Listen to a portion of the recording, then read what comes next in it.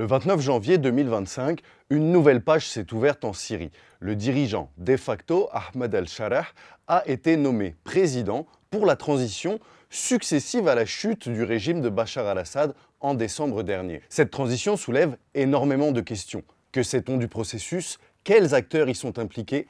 À quoi faut-il s'attendre dans les mois à venir? On fait le point.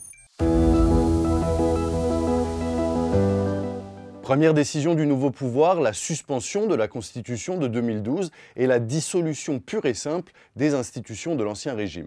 Le parti basse, l'armée, les services de sécurité, tout a été balayé pour faire place à une nouvelle structure politique. Un conseil législatif intérimaire a été formé pour guider la transition. Mais une inconnue demeure, combien de temps cela va-t-il prendre? Al-Sharah lui-même convient qu'il faudra 2 à 4 ans pour une nouvelle constitution et jusqu'à 3 ans pour organiser de nouvelles élections. Cependant, ce calendrier fait débat. Une transition si longue pourrait entraîner des tensions internes et internationales, surtout si les promesses de réforme tardent à se concrétiser. Ces bouleversements n'affectent pas que la Syrie, c'est toute la région qui est touchée. La Turquie, qui a soutenu les rebelles, tente désormais de sécuriser ses frontières et d'influencer la reconstruction politique du pays. Et cela, l'Arabie Saoudite l'a bien comprise. Si elle ne se rapproche pas de la Syrie, c'est sa rivale turque qui raflera la mise. De leur côté, l'Iran et la Russie, principaux alliés de l'ancien régime, doivent aussi repenser leur stratégie.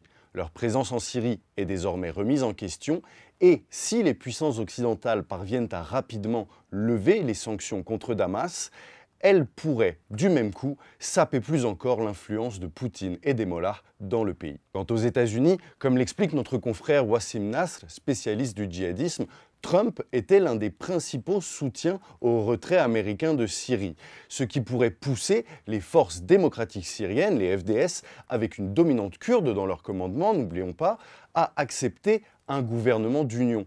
Selon lui, toujours, il ne faut pas oublier que, je cite, « la grande majorité des hommes en armes est en fait composée de populations arabes sunnites dont la solde dépend du financement américain. » Quant à l'Union européenne, elle se dit prête à alléger les sanctions contre la Syrie, mais uniquement si des avancées concrètes sont faites en matière de gouvernance et de droits de l'homme. À ce sujet, Wassim Nasr considère qu'il y a 2 grands blocs de sanctions. Celles qui ont été mises en place contre Hafez el-Assad pour les relations militaires entre la Syrie et la Corée du Nord, et le soutien à des entités terroristes comme le FPLP ou le Hezbollah. Ces sanctions n'ont toutefois plus aucune raison d'être. Ensuite, il y a les sanctions qui sont arrivées après la révolution de 2011, comme la loi César promulguée en 2019 par Donald Trump. Aujourd'hui donc, la grande question est la suivante. Cette transition va-t-elle réellement aboutir à une Syrie plus stable, plus démocratique? La population, en tout cas, épuisée par des années de guerre, attend des résultats concrets et cela rapidement.